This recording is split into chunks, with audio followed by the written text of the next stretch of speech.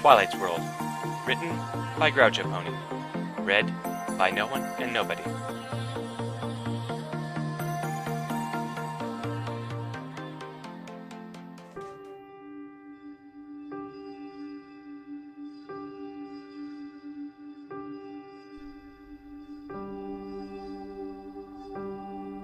Chapter 17. Journeys.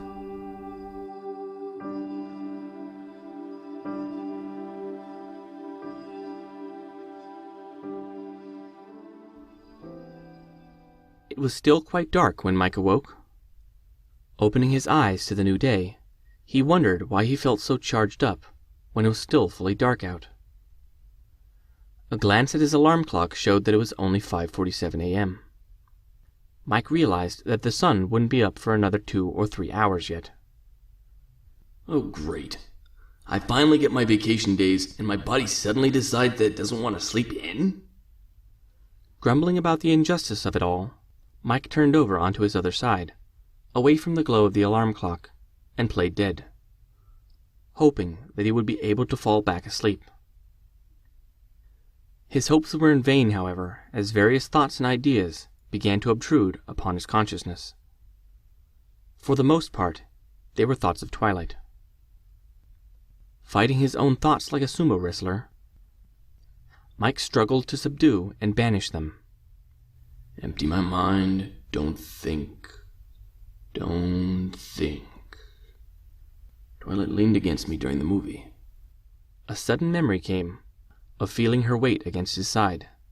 That was nice. What? No, stop that! Too late, like a dam bursting, a kaleidoscope of memories swirled through his mind, recalling several other times he had touched or hugged, or been hugged by the lavender pony.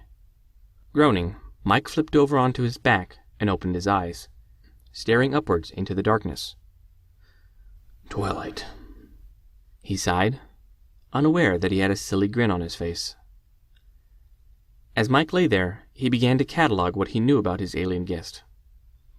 So, she's smart, got a really good memory, love scientific stuff. Mike appreciated that. It was nice to be able to converse about technical and scientific things with another intelligent person. But she's been so fragile. Her emotions have been yo-yoing up and down and all around. Mike frowned as he considered recent events. But to be fair, she has been under exceptional stress. And when you consider that she thought I wasn't even real, just some creepy show of a character, and not able to support her as a friend, now that's some real isolation. It's enough to shrivel your soul. Well, that changes right now. In the dark, Mike's face grew determined. I'm going to make sure to remind her that I'm here, and that I'm her friend, and that she can count on me. Charged up, and knowing that there was no longer any hope of falling asleep, Mike threw back the covers and leapt out of bed. It took Mike a few moments to realize that he was standing there poised and ready for action, like some sort of comic book hero. Mike let out a snort as he realized he was also posing in his boxer shorts.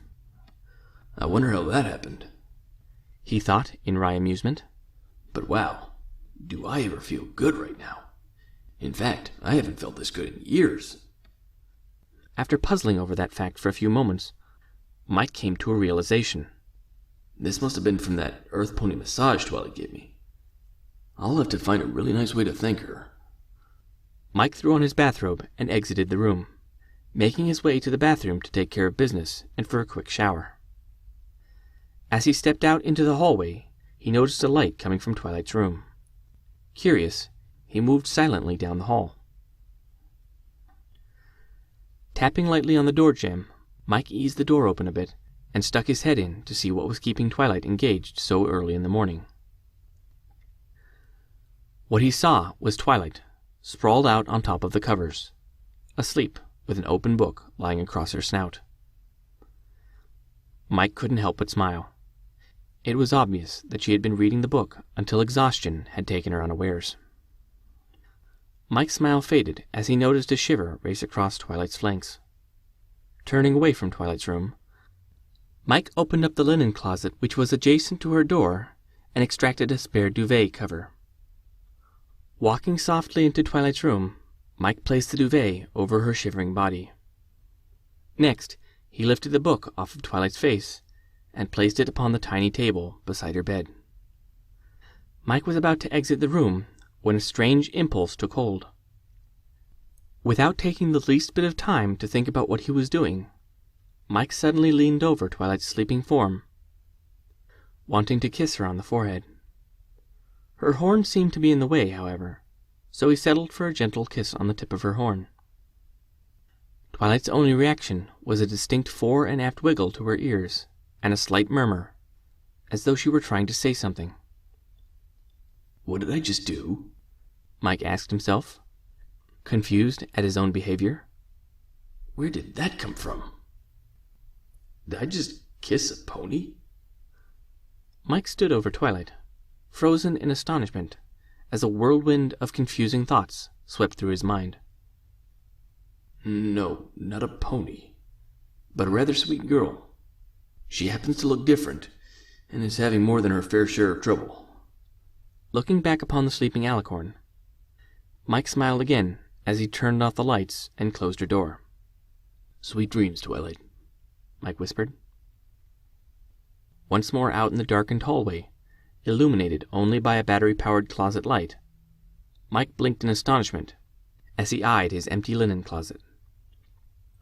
For some reason, there were no more clean towels. Of a sudden, he remembered using most of them to thaw out Twilight several days ago.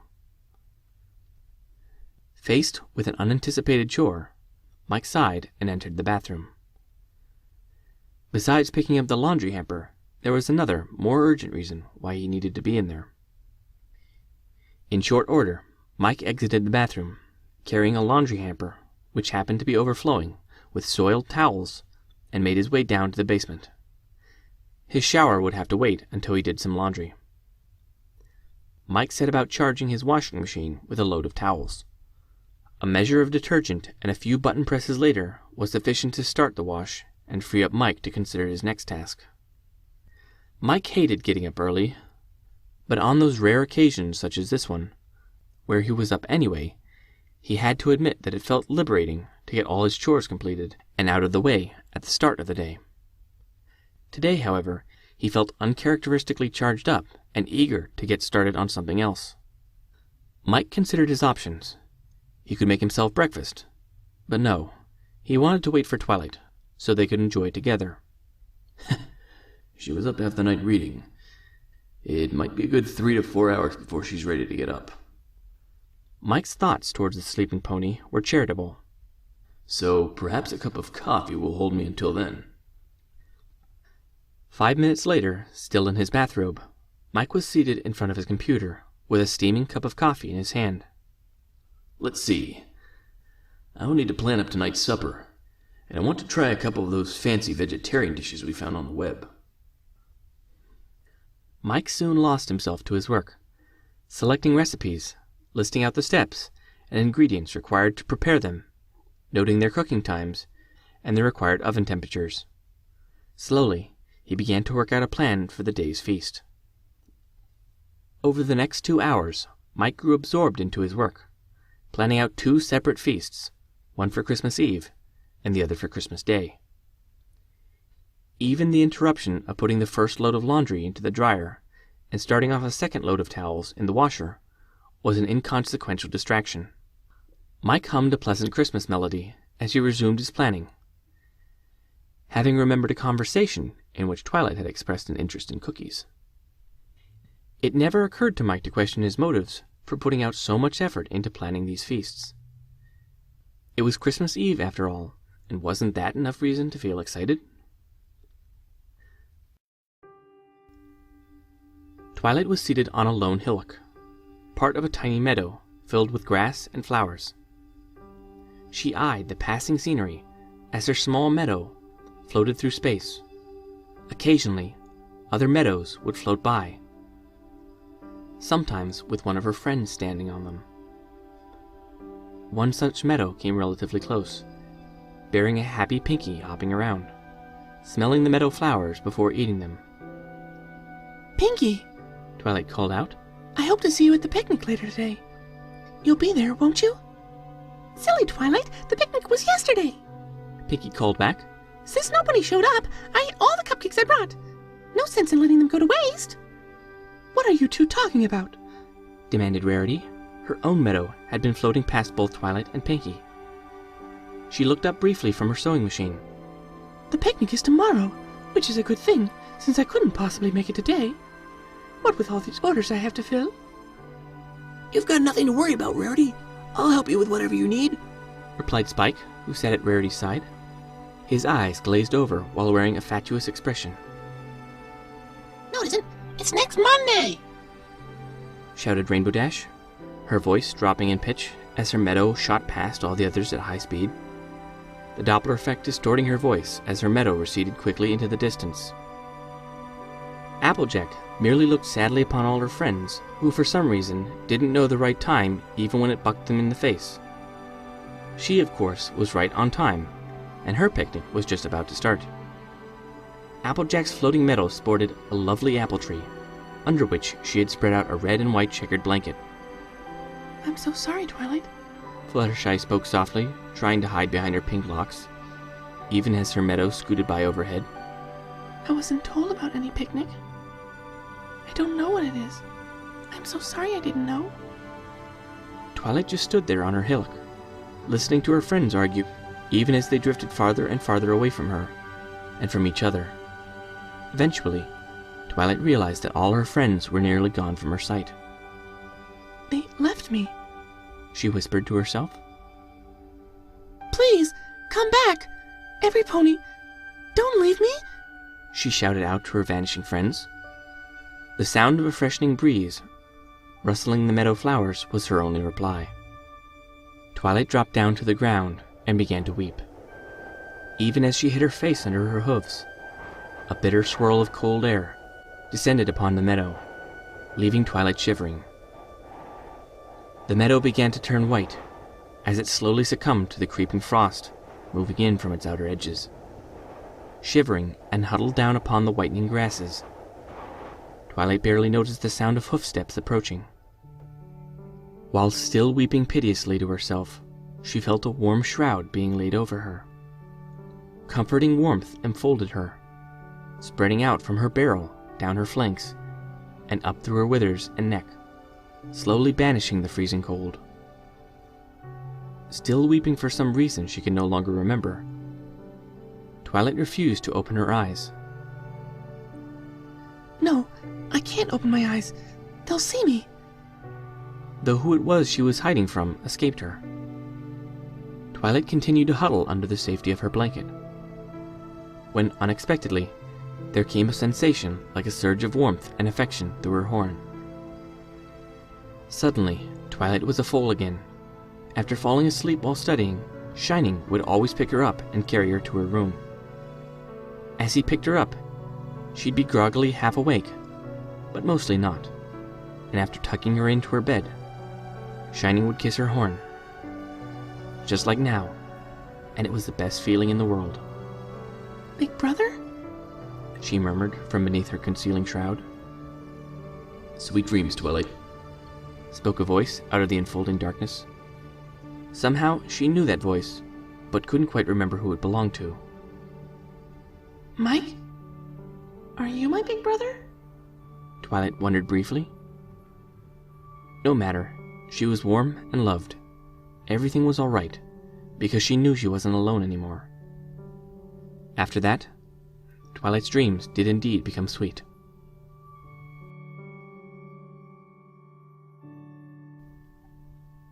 The dim morning light was beginning to seep through the windows when Twilight woke up from an enjoyable dream.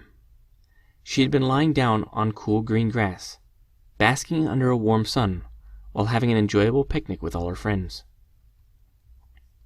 Instead of immediately rising to the new day, Twilight just lay there peacefully, for a moment, with her eyes closed, immersing herself in the memory of her last dream, enjoying pleasant reminiscences of her friends. Fluttershy, as Twilight recalled, had been telling every pony about a cute little fox kit that had become lost in the forest, coming into her care until her parents could be found. Before that, Rarity had been gushing about Sapphire Shore's latest visit to her boutique and the order she had made. Pinkie was out of it, wearing a vacuous, drooling grin on her face, after describing what the cakes were designing for the next national dessert competition. Occasionally, she would mumble something about frosting.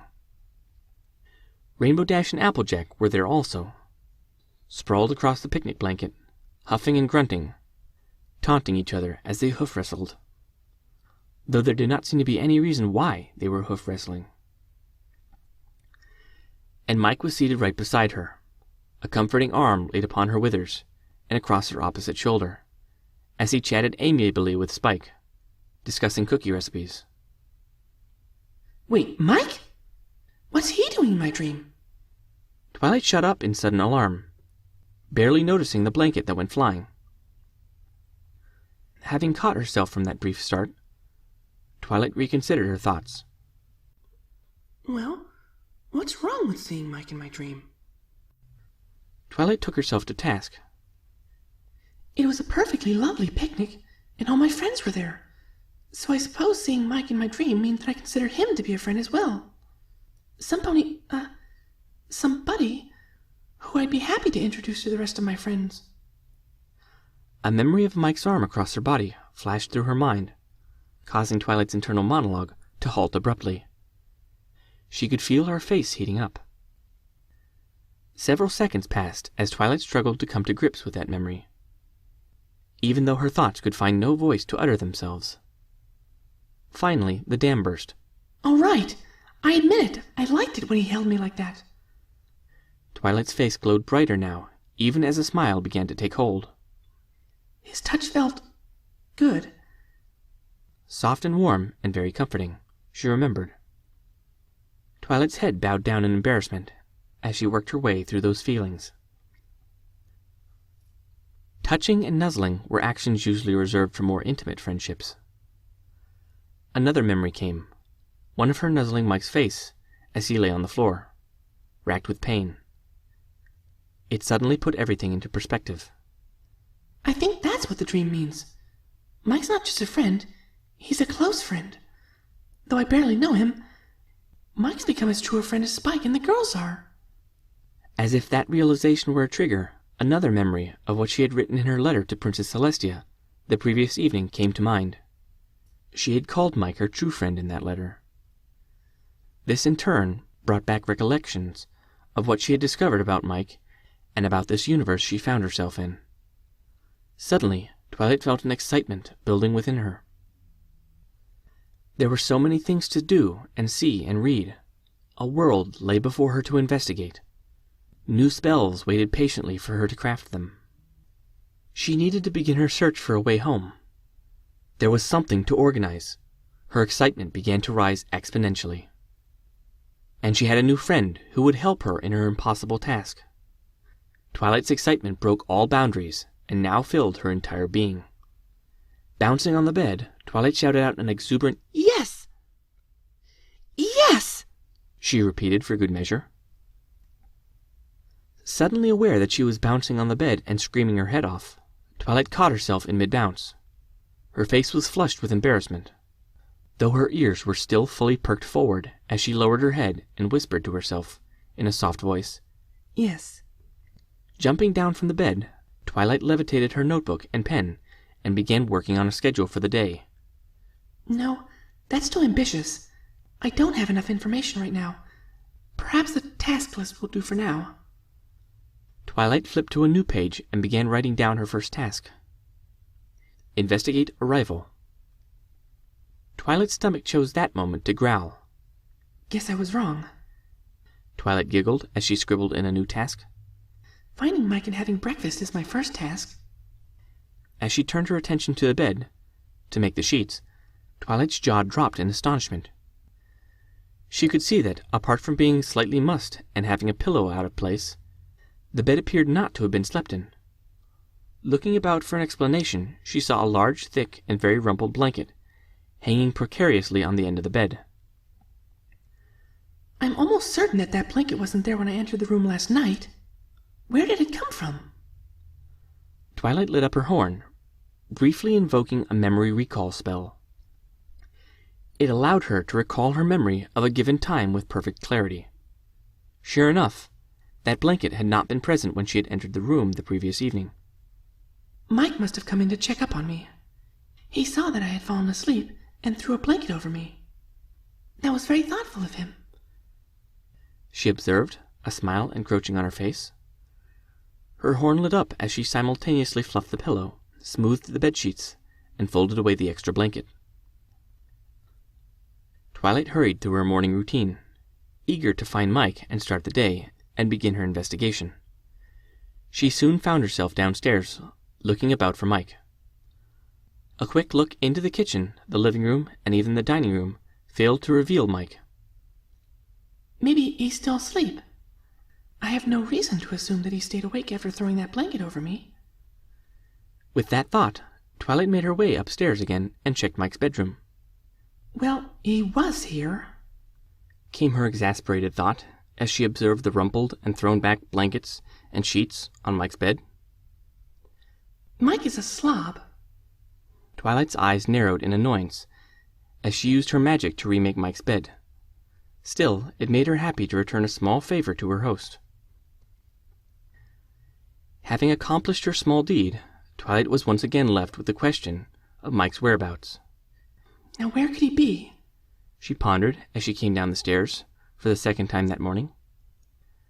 I don't think he would go outside without his coat. It's still hanging on its hook beside the door. Twilight found herself standing by the foot of the stairs as she silently pondered Mike's disappearance. It was at that moment a soft sound intruded onto her senses, a sort of rhythmic thumping. Thump, it went. Thump, thump. Puzzled at first at what she was hearing, Twilight soon realized she was hearing some kind of music. It was coming from the basement. Of course, he's in his office, Twilight exclaimed as she rapidly made her way down. Gently pushing open the door to the office, Twilight was greeted by the rich sounds of a lovely song. Something about it made her pause to simply listen. Even though she could not understand a single word that was sung, the emotions came through to her with a startling brilliance. It was a song of yearning and soaring hope, of gentleness and tender love. All too soon the song came to an end, leaving Twilight with a warm mix of feelings.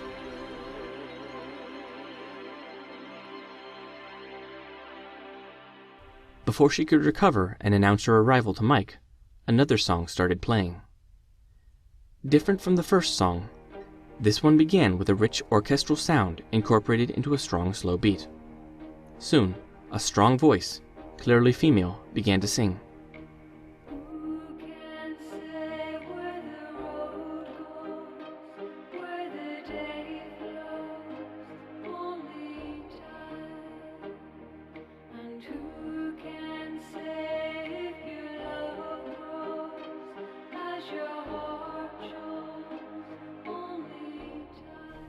Twilight was transfixed by the beautiful melody, together with the lyrics, which were now quite comprehensible. The song seemed to caress her heart and enfold her with a sense of peace.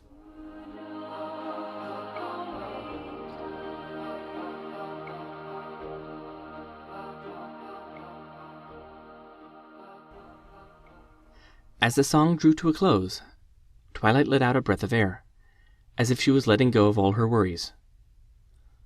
Though it had obviously been another song about love, what Twilight took away from it was the feeling that everything would eventually work itself out. And after the stress of the last 2 days, that feeling meant a great deal to her.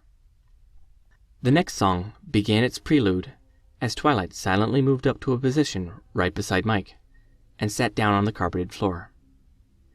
As she looked up at Mike, she saw that he was leaning back in his chair and had his eyes closed, unaware of her presence. Twilight held her peace, interested in following Mike as he proceeded on his musical journey. It gave her an opportunity to closely observe her new friend in his natural state. The music picked up from what sounded like random orchestral ramblings and began a sharp, though distant-sounding beat. Twilight nearly jumped off the floor as the beat escalated to a heavy thumping sound, which soon swelled to a nearly full orchestral arrangement. After several repetitions of the heavy beat, it faded back, and a clear tenor voice began to sing. She calls out to the man on the street. Sir, can you help me? It's cold and I'm nowhere to sleep. Is there somewhere you can tell me? He walks on, doesn't look back. He pretends he can't hear her. Twilight was beginning to enjoy the song until the words of the third and following lines hit her like a hoof smack from Applejack. What is this song saying? She wondered incredulously. The man in the song is ignoring somebody in need. How could he be so uncaring, so unfriendly? Twilight's mental rant was brought up short as Mike began to sing, joining what was presumably the chorus. Oh, think twice, 'cause it's another day for you and me in paradise. His eyes still closed, Mike's head began bobbing, and his arms began to wave in synchrony with the melodic beat. Though amused by Mike's antics, Twilight was still upset with the song's lyrics. It took another set of verses before she began to realize that the true meaning behind the words was a call to think twice about such heartless and unfriendly behavior.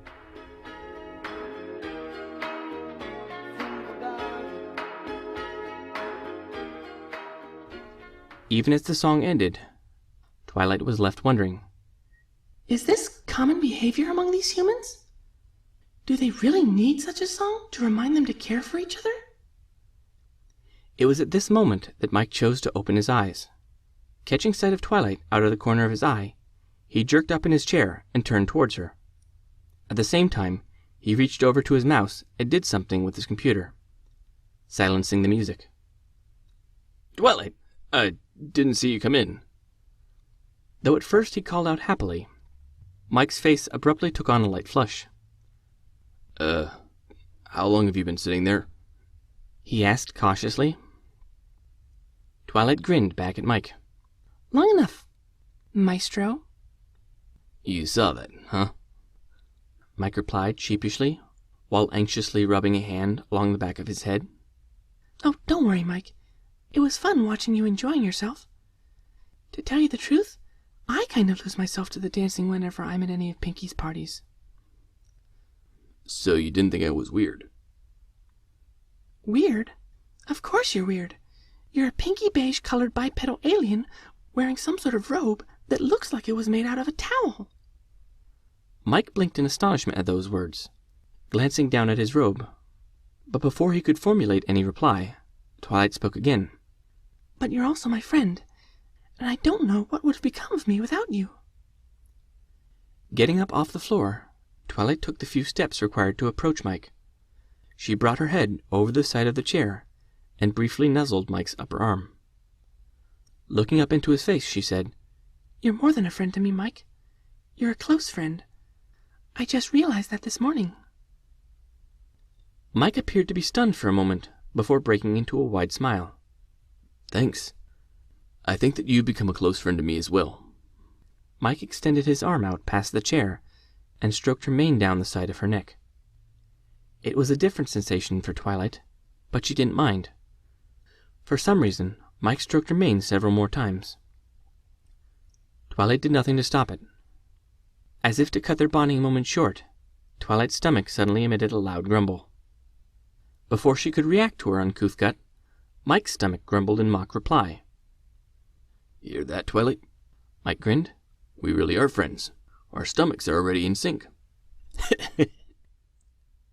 Mike laughed at his own joke. Let's get some breakfast. As Mike was getting up from his chair, Twilight was reminded of something which piqued her curiosity. Seriously, she asked. Why does your robe look like it was made from towels? It's a really cheap bathrobe. Mike groused. Twilight's fork raised the last bite of pancakes to her mouth. She savored the taste. I love that maple syrup. I wonder if it's even possible to get tired of it. she idly mused. Mike rose from the table, still clothed in his bathrobe, rubbing a hand across his face. Well, I'm off. I need a shower and a shave before I'm presentable. Twilight also climbed down from her chair. What do you mean, presentable? She asked. We're only going to find my arrival site and do some investigations. During breakfast, Twilight had laid out her plans. Mike's enthusiastic offer of assistance had made her quite happy. Oh no, Twilight exclaimed internally as a sudden thought struck her. did you have special plans for today, Mike? Yes, I do. Mike smiled. I have a friend who's staying over for the holidays, and since this is Christmas Eve, I thought I'd honor that day by trying to cook up a special meal. Possibly even a feast. It's traditional, you know. I forgot. We are in the middle of his special holiday period. Twilight was embarrassed. Does this mean he won't help me investigate today? That thought left Twilight feeling sad. So what exactly are your plans? You will be helping me with my investigation, won't you? Oh, there's no doubt that I will be there for you, Twilight. But if we plan on getting back before it starts to get too dark, say about 4 p.m., that should give me enough time to prepare dinner. Twilight considered Mike's plans. They dovetailed with hers quite nicely. I think that will work out. Twilight realized that there was something else she wanted to add. If you don't mind, could I help you out with preparing the dinner? Mike smiled. I'd be delighted. It is Christmas, after all, and helping and sharing are part of it. Mike glanced upwards at something on the wall above their heads. Wow, it's 9:15 already. I'd better get going. Confused, Twilight looked up to where Mike had looked. There's a clock up there? How come I never noticed that before? Maybe because it's so impossibly thin. Twilight did a double-take, realizing she hadn't responded to Mike's last statement. Quickly trotting over to the stairs, she caught a glimpse of Mike's cheap robe disappearing behind the upper baluster. Thanks, Mike! She called out in a loud voice. No problem, Mike called back, followed by the sound of the bathroom door closing. Twilight entered the living room. Seating herself on the couch, she began amending her task list, adding to it Mike's information concerning the time of sunset and their planned evening activities. Next, she went back to the beginning of the list. Breakfast received a checkmark. Investigate arrival site received some additional thought. Exactly what would she be investigating? Something magical or something physical? Perhaps both. I need to ask Mike if he can help me out with any physical investigation. Coming out of his room, Mike felt like $1,000,000. Still energized, despite having awakened so early, the effect was only enhanced by an invigorating shower and close shave. Add to that a clean change of clothes, and Mike was raring to go. Man, I feel great. Mike tried to analyze whatever it was that he was feeling. I'm not feeling hyper or anything like that. In fact, I feel perfectly normal. It's just I feel so ready. Yeah, I'm ready to go. Mike concluded with a smile. Let's see what the day holds for us. Time to see Twilight and help her with her investigation. As he reached the bottom of the stairs, Mike spied Twilight lounging on the couch. His lips curled up in a tiny smile. Twilight's posture had a lot in common with that of a dog or cat, and she looked so cute. He couldn't help but take a moment to observe her. Taking her gaze off the notebook levitating in front of her, she turned towards him. Mike, I'm not sure what we may find at my arrival site. I can handle the magical part, but I have no equipment for conducting a physical investigation, should that be necessary. Could you help me with that part of it? Mike shifted his attention from the pony on his couch to consider her request. A physical investigation. I'm not sure what that would involve. Mike's voice faded for a second, but then returned with strength. No, scratch that. I think I know exactly what to do. Well, that's good to hear. Would you mind telling me what you have planned? A few years ago, a friend of mine who happened to be a police officer. A police officer? Like the ones you warned me about yesterday? Twilight sounded worried. Yes, exactly. They're not bad people, you know. They're just obligated to intervene if they encounter any societal disruptions. And when such disruptions have already occurred, their mandate includes performing an investigation. Mike paused to allow Twilight an opportunity to comment, but she kept silent. Mike continued. As I was saying, my friend was bemoaning the amount of time he had to spend investigating a certain automotive accident. Automotive accident? Twilight inquired, her ears tipping back slightly. Yes, when vehicles such as cars or trucks suffer high-speed collisions, they can get quite... Mike hesitated. violent. Oh. Twilight's ears pinned back all the way. She was probably trying to imagine how violent could actually be, and not liking whatever she came up with. Mike cleared his throat to get her attention. From what he was describing, such investigations involve incredibly detailed observations of the accident site. He would take copious photographs, survey the accident site, in order to make detailed identification, measurement, mapping, and logging of every single piece of debris, skid mark, and pothole, plus a whole lot more detail about the road itself and all extant conditions at the time of the accident, plus collecting eyewitness accounts from all possible observers. Wow. Twilight gasped. That's impressive. I wouldn't think so much detail would be required for an accident, even if some pony got hurt. Mike flashed Twilight a false grin. It's because of our legal system and our insurance companies. They fight intense legal battles to shift or deflect blame for the accident. The insurance company of whichever individual is forced to accept the blame must pay out the claims. Twilight had a blank look. I don't understand. If the defending insurance company can show that the investigation was flawed or incomplete in some tiny detail, then they can argue that evidence exonerating their client of any blame was missed by the investigation. I don't follow. I would assume that the police officers were properly trained and would not miss anything important. How would the omission of some trivial detail amount to exoneration? Mike sighed.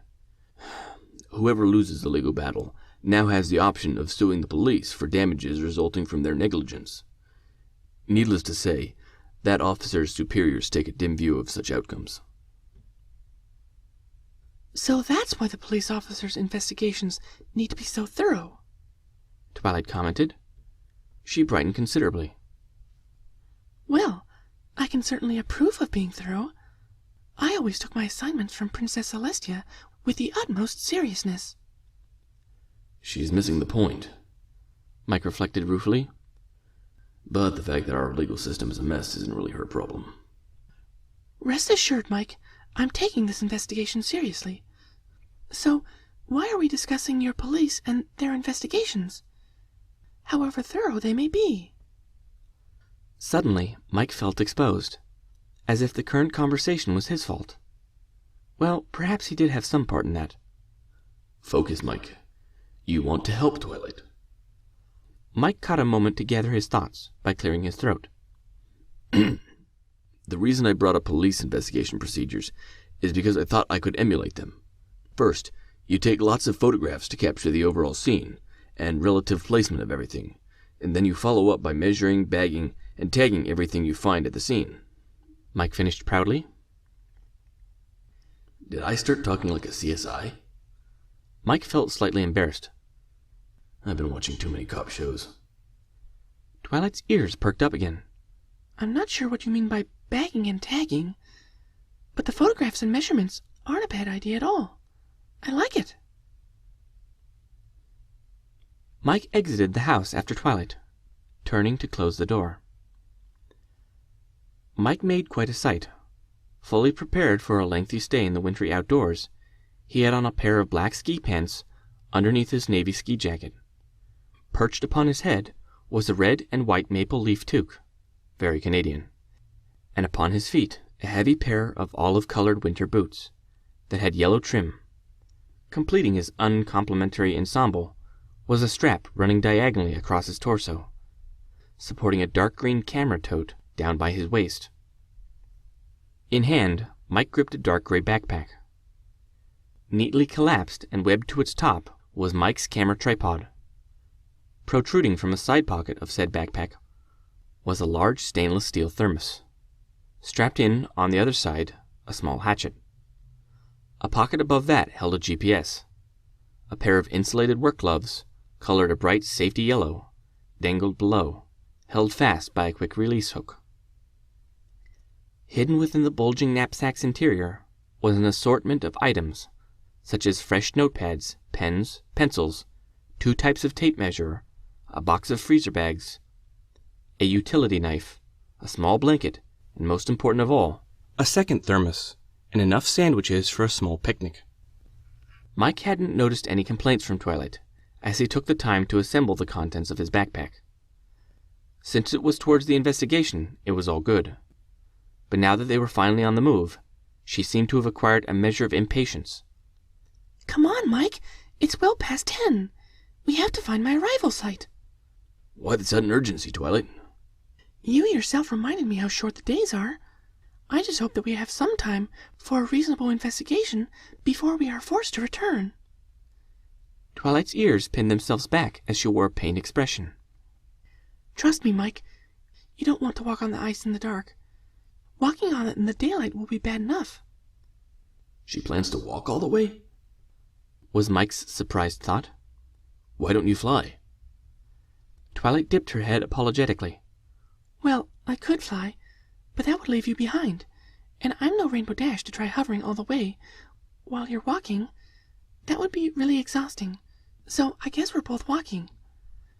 Twilight turned her head to look at the back fields, where a faint series of snow-filled divots led away towards the distant tree line of the forest. Mike grinned. Don't worry, Twilight. I won't be walking either. What do you mean you won't be walking?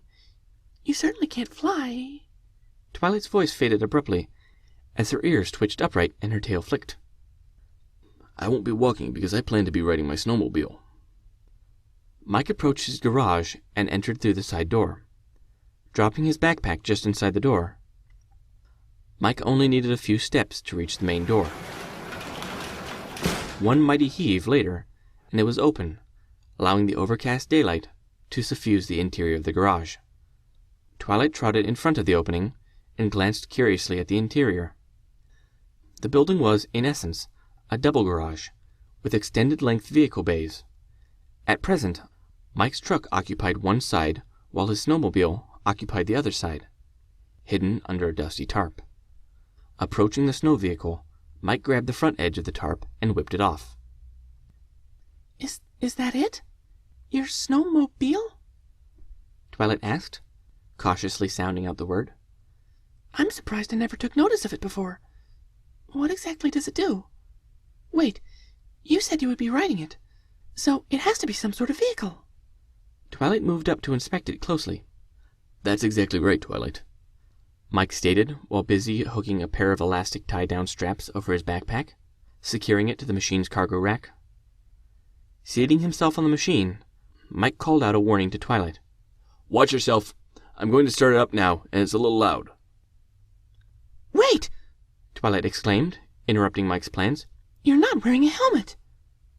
My helmet? I forgot about that. Mike chastised himself. Thanks, Twilight. But how did you even know I should be wearing one? He asked as he climbed off the machine, walking towards the back of his garage. I read the warning labels printed on the machine. I'm not sure you should be riding this thing, Mike. There are an awful lot of warnings. Twilight closed her eyes, tucking her tail and pinning her ears back. Some of them even warn of injury or death. Her voice quavered. Returning with his helmet, Mike realized that Twilight was fearful for his safety. And if the truth were told, he had been quite lax about it himself. Mike sat down sideways on the snowmobile's seat, allowing his body to face towards Twilight. You're right, Twilight. I know all of those warnings and procedures. I've studied them and even memorized them. But I've never ridden this machine before, and I guess, in all my excitement at finally getting to do that, I forgot about the most important thing, my own safety. Thanks for reminding me. I'm happy to have helped, but maybe you shouldn't be riding this machine. I have to disagree with you on that one, Twilight. Yes, these machines can be dangerous, but when operated carefully and in a responsible manner, they are quite safe and reliable. Hey, I have an idea. Why don't we go through the warning labels together to see if everything is in proper order and all conditions met for my ride? Twilight's eyes lit up, her ears perked, and her tail gave an eager swish. A checklist! She called out eagerly. I'll make a startup checklist for you right now. With that, her pen and notepad appeared out of nowhere, as far as Mike could tell, and she began eagerly transforming the various decals posted on the snowmobile into a checklist. Within 5 minutes she was done, presenting the completed list to Mike for his perusal. Now that's impressive, Mike admitted to himself. It took me 2 days to memorize these details, but in a mere handful of minutes, she's managed to create a checklist from only 1 reading. Mike handed the list to Twilight. It looks really good. Could you help me out by reading off the checklist to make sure I do everything properly? Twilight gave Mike a happy smile. Of course, Mike. Reading off checklists is something I'm very familiar with. Twilight winged her way through the sky, tracking the faint trail left in the ice by her own hoofprints of 2 days past. Mike raced along behind, following her on his snowmobile. Mike opened up the throttle on his snowmobile nearly as wide as it could go, slowly catching up to the lavender alicorn. Mike didn't know if she was flying at her fastest, but it was fast enough, and it was glorious. He had loved watching Twilight fly previously, but now, with her marvelous wings propelling her through the air and her mane and tail streaming behind her, she was a beautiful sight to behold. Speeding along over the smooth ice and snow, okay, maybe it wasn't quite so smooth, but he didn't care, gave Mike the sensation of flying right along with Twilight. It was radical, it was fun, and it was beyond exhilarating. Woohoo! Mike screamed his head off within the confines of his helmet. Twilight's head turned a fraction to the side, as if she were looking back at him. Did she hear me? He wondered. Nah. Between this helmet and the engine noise, that's highly unlikely. In all too short a time, less than a minute in fact, they had traversed the full length of the back fields and now approached the tree line. Twilight's wings changed their motion, suddenly making great sweeps from back to fore, reducing her forward velocity to almost nothing, as she let herself drop gently towards the ice-covered ground. From what Mike could see, she was almost level, but her rear hooves would contact the ground before her front hooves did. Just as Mike pulled his snowmobile up to a stop, a gust of wind caught Twilight, rolling her to the left and tilting her body with respect to the ground, causing her left rear hoof to make first contact with the ice-capped snow. Unprepared to support herself on a single leg on such a slippery surface, Twilight's hind legs immediately went out from under her. Yeah! She screamed as her dropping hindquarters threw out her front legs as well. Mike turned off his snowmobile and cautiously made his way over the slippery ice towards the fallen pony. Twilight lay motionless on the ice, her wings spread out like some fallen bird. Her head and neck, motionless, lay stretched out between her forelegs, while her eyes remained closed. Disturbingly, her hindquarters were rotated at an angle from the orientation of her barrel. Both her hind legs appeared on her right side. Oh no, was Mike's worried thought. Twilight, are you all right? I'm fine. Twilight replied from where she lay on the ground, to Mike's great relief. Does anything hurt? Still concerned that she may have injured herself. Abruptly, Twilight opened her eyes and raised her head, turning to look at Mike. Only my pride, she admitted with her ears drooped down, a quirky smile hovering about her muzzle. Mike couldn't help but give a laugh at Twilight's comment. That joke was a classic, and apparently had seen use by both their cultures. Twilight proceeded to straighten herself out, and climb shakily up onto her hooves. See? I'm fine. She gave him a sheepish grin. Glad to see you're okay, Twilight. Twilight turned towards the forest. Mike followed her gaze, only to observe what could be described as a scene of carnage. Broken limbs had fallen with abandon along the whole length of the forest edge. They lay about so thick that an entry route was not readily apparent. Mike shuddered at the sight of one tree located directly in front of them. It was a singularly large tree, but had broken at a point halfway up the trunk, where a massive branch, at least 30 centimeters in diameter, joined the main trunk. Mike lifted his arm and pointed it out. I bet you're glad you weren't here when that thing came down. Actually, I was here when the tree limb came down. Twilight's calm reply surprised him. I had just exited the tree line and was standing maybe 10 ponies' length beyond it when the tree broke. Twilight looked about carefully, searching for signs of her earlier passage. I think... Yes, if you look carefully you can see some of my hoof prints at the edge of those fallen branches, leading towards the tree. I think I passed right under it just a few moments before it broke, and the branch fell down. Dear God, Mike prayed. I'm glad you were looking out for her that night. She could have died right there. That's incredible, he commented. I'm glad you weren't hurt. Me too, she agreed succinctly.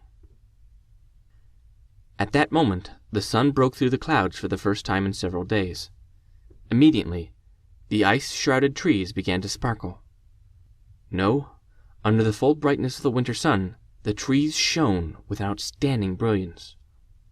Millions of blinding flashes of light twinkled and sparkled as the wind gently moved the ice-laden branches about. For that brief moment, Mike beheld the forest edge as a gleaming wall of glittering glory.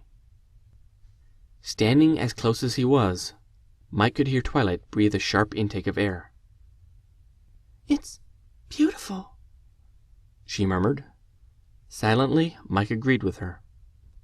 They stood there for several moments, awestruck by the sight before them, until the sun faded behind a cloud. Released from their momentary rapture, Twilight and Mike looked towards each other, as if seeking some assurance that it had not been a dream, that someone else had witnessed the same vision, confirmed it to be true. Slowly, both of them broke out their smiles. We saw that, right? Twilight managed to speak first. Yes, we did, Mike replied. I think I'll remember this moment for as long as I live. So will I, Mike.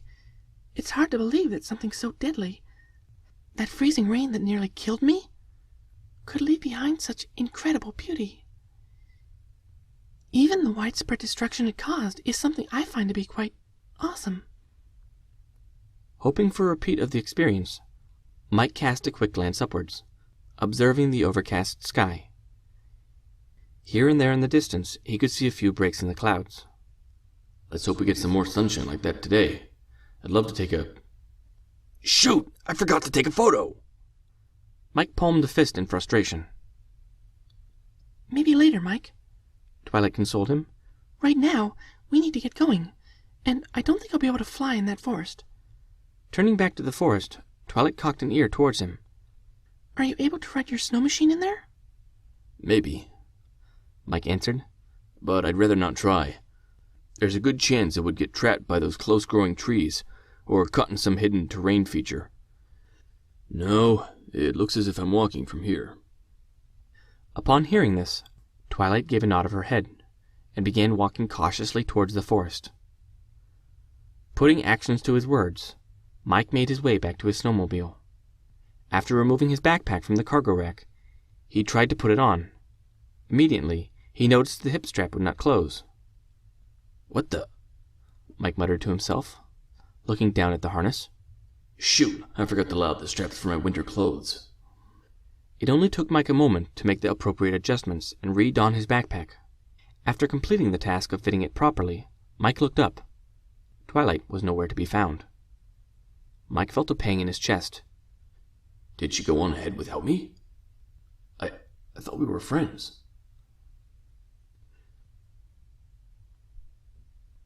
No, it looks as if I'm walking from here. Twilight heard Mike state his intentions. Good. Twilight nodded her head and began approaching the thick brush which made an impenetrable tangle at the forest's verge. That snow machine of his makes too much noise, and no matter what Mike says... Twilight stole a glance back at Mike, who had just returned to said machine and was beginning to free his backpack. I still think it's dangerous. At least now we'll be able to talk while we're walking. Upon reaching the area underneath the tree canopy, Twilight could feel the snow change underneath her hooves. The upper branches must have sheltered the snow from the worst effects of the freezing rain, her analytical mind observed. At first glance, an impassable thicket lay before her. But upon closer examination, there were numerous openings around and underneath the tangle of bush. Twilight frowned. Strange.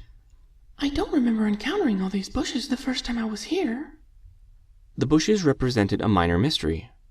Eager to solve it, Twilight worked her way between several ranks of bushes. Her passage was made difficult as the bushes and saplings were all twisted and bent over from the weight of ice upon them. Once past the new growth, Twilight searched for the spoor of her previous passage. Looking along her old trail, she could see that the undergrowth was much diminished underneath a certain large tree. The very tree she had passed under prior to its collapse. Well, that solves the mystery. Twilight, where are you? Mike shouted from somewhere on the other side of the debris from the fallen tree branch. I'm right here, Mike. Inside the forest. I've been checking out the broken tree from the other side. Please don't go anywhere else. I'm coming to join you. Twilight waited patiently as Mike made his way into the forest. At first, she could hear his footsteps pacing back and forth somewhere outside. This went on for over a minute. Eventually, she started hearing muted crackling noises and various mutters from Mike as he began to make his way through the bush. At one point, Mike let out a short scream, accompanied by a heavy crunching noise and the tinkling of falling chunks of ice. Twilight waited anxiously, worried for Mike, until the silence was once more broken by the sound of muttering and grumbling, as well as the resumption of the crackling noises. Twilight raised her hoof to her muzzle, suppressing a sudden urge to laugh. Poor Mike, she thought somewhat guiltily. Stuff like that happens to me often enough. I shouldn't laugh. Eventually, Mike's tall bipedal figure could be seen emerging from the undergrowth. He was nowhere near where Twilight had come through. Twilight? Mike called out. Over here, Mike. Twilight waved a foreleg at him. Twilight observed him carefully as he approached. He did not appear to be injured, but she decided to make sure. Are you okay, Mike? It sounded as if you were having quite the experience while making your way through the bush. From his expression, Twilight thought Mike was irritated. I saw your tracks, Twilight, where you entered the bush, but unlike you, I couldn't easily slip under and around all those tangled branches. Twilight frowned upon hearing Mike's comment. It wasn't that easy for me to get through either, but I have to admit, I never gave a thought as to how Mike would manage it. She owed Mike an apology, especially for laughing at him earlier. Though he doesn't need to know about that. I'm sorry, Mike. I totally overlooked your special needs. I assure you, I won't let it happen again. Mike's head jerked back, and for an instant he gave Twilight a strange look. But it passed almost as quickly as it came. No need to apologize. It is what it is, and it can't be changed. Now Twilight was curious. She needed to know the details on how he had made his way through the bush, so she could plan for it for any future endeavors, of course. So, how did you manage to get through the bushes? I couldn't go under it, so I was forced to go over it. As you know, the branches were all covered in ice, which is why they were all bent low and entangled with other bushes. This made them very slippery. Sometimes when I stepped on them, the ice would crack away, and they sprang up like whips. Mike reflexively rubbed his face, which Twilight now saw sported several faint red lines that hadn't been there earlier. My turn for a question. Why did you leave so suddenly, leaving me alone out there? Embarrassed, Twilight kicked at the snow by her hoofs. I suddenly realized that I hadn't run into any of this dense brush and undergrowth the night I arrived. I guess I got caught up in my search for an answer. Twilight pointed a foreleg towards the broken and fallen tree. As you can see, there was very little growth, beneath that tree before it collapsed. Somehow, I just got incredibly lucky and wandered onto the only existing break there seems to have been in this forest. Twilight stared pensively at the obstructed exit. You know, Mike, considering the condition I was in that night, had I run into these bushes, not knowing where I was or how extensive they were, I would have turned around and kept on wandering this forest until I collapsed. I should have died out here but for this one tree which I somehow stumbled across and which held the way open just long enough for me to escape. Mike stared at the blocked opening for a moment before turning back towards Twilight. Don't think about that, Twilight. It's too depressing. Mike squatted down on one knee beside her. I feel like giving you a hug. May I? Without even pausing to think, she answered his question. Yes, please. Twilight's eyes expanded suddenly, shocked by her own words. Too late. Suddenly, Mike's long arms caught her, folding around her withers and shoulders, pulling her close to his body. Her head came over his shoulder, nearly causing her face to impact some metal contraption he had placed across the top of his backpack. His heavy clothing and numerous straps and belts which crisscrossed his torso also made the hug a less than pleasurable experience. But despite the physical discomfort, Twilight's heart felt light. Mike's hug showed that he truly cared. The feeling of warmth and concern she now received lifted her out of the mire of black thoughts which had occupied her mere moments before. The hug felt wonderful, and so did Mike's concern. But, all too soon, the physical sensations began to dominate. Reluctantly, Twilight pushed Mike away. Thanks, Mike. I really appreciate that. But next time, could you maybe take off your backpack? Those straps and buckles were digging into me. Are there any dangerous animals in this forest? Twilight asked as they followed her old trail back to its source. Dangerous animals? Mike fell silent. Presumably, he was thinking about his reply. I don't think there's anything more dangerous than skunks or foxes in these woods. But we're too big for the foxes, and the skunks aren't interested in us either. There is, however, a possibility that these woods are in the territory of some coy wolf. Coy wolf? Twilight stammered. Is that anything like a timber wolf? Sort of, Mike replied. There is a population of wolves a good distance north of here, in Algonquin Park, but this area is no longer part of their range. But even so, they very rarely bother humans. Those wolves, however, have crossbred with coyotes, and we now have a new hybrid species of animal called the coy wolf that's been displacing the coyotes from their habitat. Twilight could feel her tension increase. I've encountered timber wolves before, so I know what they're like. But I've never heard of a coyote before, so I have no idea what to expect from this coy wolf creature. A coyote is a member of the canid family, like dogs and wolves. It's a wild animal about the size of a dog. A solitary hunter, it's known for its cleverness and adaptability. You're a bit larger than a coyote, so it would avoid you. The coy wolf, however, is larger than a coyote, sometimes approaching the size of a wolf, but its behavior is mostly that of the coyote. Like the coyote, it's a solitary hunter, but has also been known to run in packs. I haven't heard mention of any in our area, so I shouldn't think we'll be bothered. So, we won't be attacked by a pack of these coy wolf things? Probably not. The weather has been mostly mild up until this point, Mike assured her, considerably lightening her mood. But it might not be a bad idea to keep an eye out for anything trying to sneak up on us. And now she felt nervous again. How do you know so much about these coy wolves? Have you encountered them before? No, I haven't, but I watched a documentary about them on TV. Twilight had nothing to say to that. They walked in silence for a short while, until Mike spoke up again. I have a question for you, Twilight. One that's been at the back of my mind for a while. Well, let me hear it, and I'll see if I can answer it. Twilight, how is it that you speak perfect English? Your English is perfect. Barring, of course, a few hippocentric pronouns that, surprisingly, I still find easy to comprehend. Twilight looked up at Mike, somewhat confused by his question. What do you mean? I've been speaking English all along, not this English, as you called it. Mike stopped walking, causing Twilight to do so as well. Twilight, he responded patiently.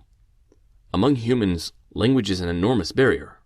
Where tribes of humans are separated by time and a little distance, they invariably develop separate and distinct languages.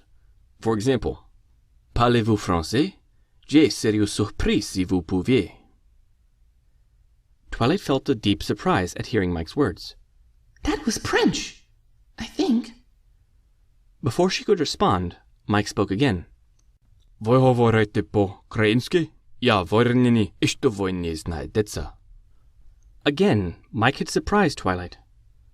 The first one was French, I think, but I can't quite place the second one. It does, however, remind me of a pony from Stalingrad I once knew. Now it was Mike's turn to be surprised.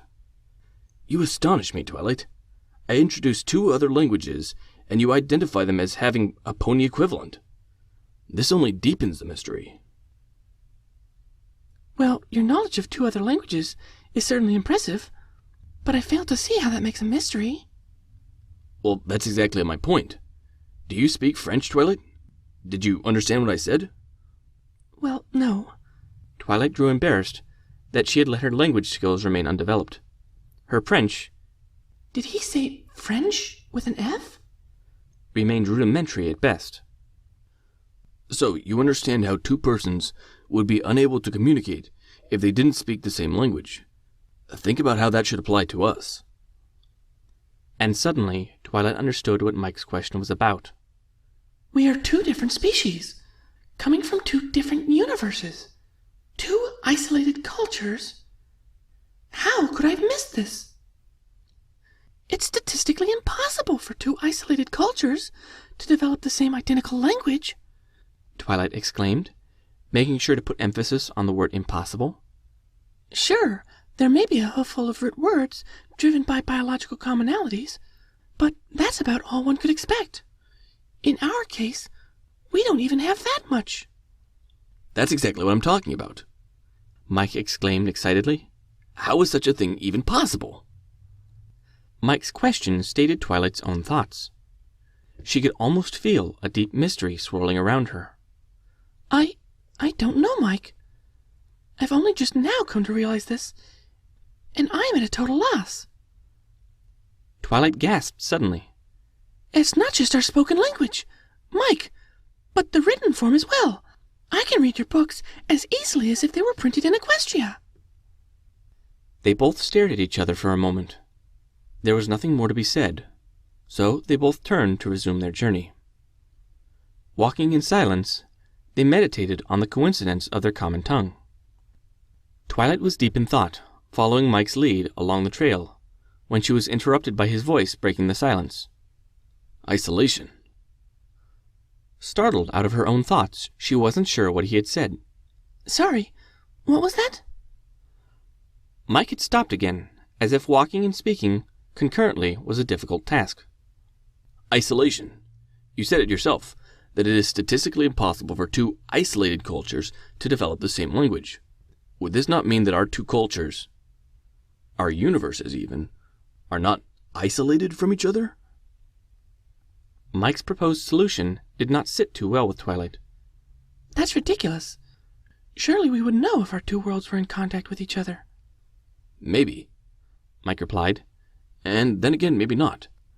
Our mythology does contain references to unicorns, pegasi, dragons, and other fanciful beasts. So maybe there has been some contact with your world in the past. Who's to say that some form of limited contact isn't still ongoing? I think your theory is wildly speculative. How could our cultures have sufficient contact for their spoken and written languages to converge while still remaining unaware of each other? I don't know, Mike admitted. But you're here, and that's an established fact. So contact between our universes is possible. Opening her mouth for a rebuttal, Twilight discovered she couldn't refute his logic. It was apparent from the length of their walk that Twilight had wandered through these woods for a considerable distance. But after half an hour of retracing her steps, they had reached the end. They had wandered into a small clearing under the trees. The clearing was no more than 5 or 6 body lengths wide, but ran up a very gentle slope for about 12 body lengths before coming to an end at a rock face. Twilight halted abruptly and grabbed Mike with her magic momentarily, to prevent him from walking any further into the clearing. I think this is it. This is where I arrived in your world. Are you sure, Twilight? Not that I doubt you or anything, but what makes you so sure this is the location? I think I was unconscious when I arrived, but I seem to remember seeing that rock wall soon after I woke up. It's rather unclear. Here, let me try something. Twilight's horn lit up with a burst of light as she invoked her memory recall spell for the second time that day. Twilight wanted to sleep, yet her body ached intensely and a deep penetrating cold burned wherever she came in contact with the ground. Coming further awake, she realized that she was lying in total darkness, though something glimmered faintly at her from off to her side. Alarmed at finding herself alone in the dark in some unknown location, Twilight struggled to stand up. The effort proved unsuccessful, merely revealing how weak her entire body was. Now terrified, Twilight resumed her struggles with the aid of a surge of adrenaline. Climbing successfully onto her hooves, she used her horn to illuminate her surroundings. A stab of pain at the base of her horn nearly caused her to let go of her magic, but she held on as the pain slowly receded. As the pain receded to a dull throb, Twilight was able to open her eyes and look around. She found herself standing in snow that was about a hoof deep. Trees surrounded her on all sides of her little clearing, except for a wall of rock to her right, whose edges extended beyond the reach of her horn's light. Dropping her spell, Twilight shook her head and blinked as she reacquainted herself with the daylight. Mike was holding her and shouting, Twilight, please, wake up! Can you hear me? Twilight! Yes, Mike, I can hear you. Why are you shouting at me? She asked, confused by his behavior. Are you kidding? He exclaimed, pulling her in for an uncomfortable hug. Your eyes went really wide, all white and glowy. They were practically shooting up beams of light. Mike released his hug and shoved her back. And then you just stood there, not moving, and I couldn't get you to respond. You had me scared half to death, Twilight. I didn't know what was wrong with you. Twilight could not help but smile at Mike. It was nothing to worry about, Mike. I was using a memory recall spell on myself to see if I could remember anything from the night I arrived. It's a variation of some magic I encountered recently, which allowed me to look at the past. The glowing eyes and trance-like state are just some unfortunate side effects. It was my mistake for not warning you ahead of time. For that, I am sorry. Well, I hope it was worth it. Mike glowered at her. You really had me scared. Seriously, that glowing eye thing you did was really creepy. Secretly, Twilight was pleased by Mike's reaction. She wasn't proud of the feeling. It was a little selfish, but she had to admit that it was there. The feeling of being happy some pony cared so much. It was worth it, Mike. This is where I woke up, and I remember seeing that rock there. Well then, he said, calm once again. Mike began to remove his backpack. If everything's okay, let's get started.